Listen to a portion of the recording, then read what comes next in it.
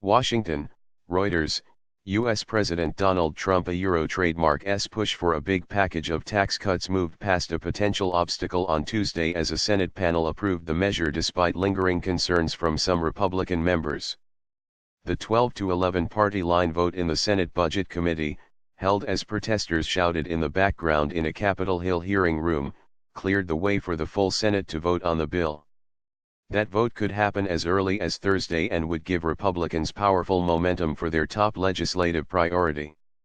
The House of Representatives has already approved its own version of tax cut legislation. The two versions would need to be reconciled before a measure could go to Trump for his signature. But Republican leaders said they have yet to round up the votes needed for passage in the Senate, where they hold a narrow 52-48 majority.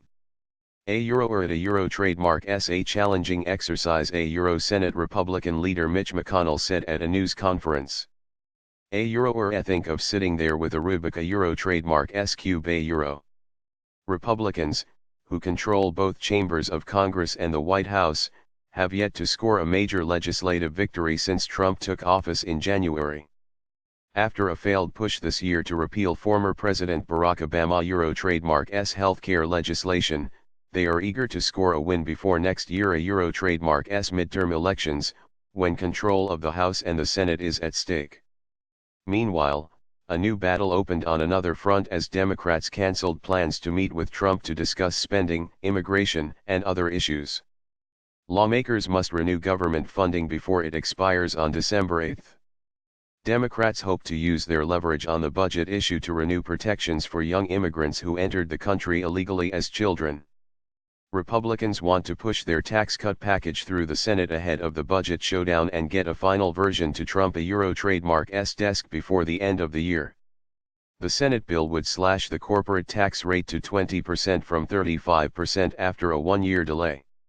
It would impose a one-time, cut-rate tax on corporations trademark foreign profits, while exempting future foreign profits from U.S. taxation.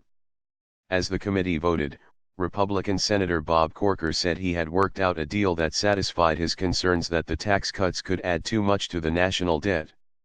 The tax plan, as written, would widen the U.S. budget deficit by $1.4 trillion over 10 years, but Republicans say that gap would be narrowed by additional economic growth. Corker said the bill would be modified to automatically raise tax revenues if growth targets were not reached.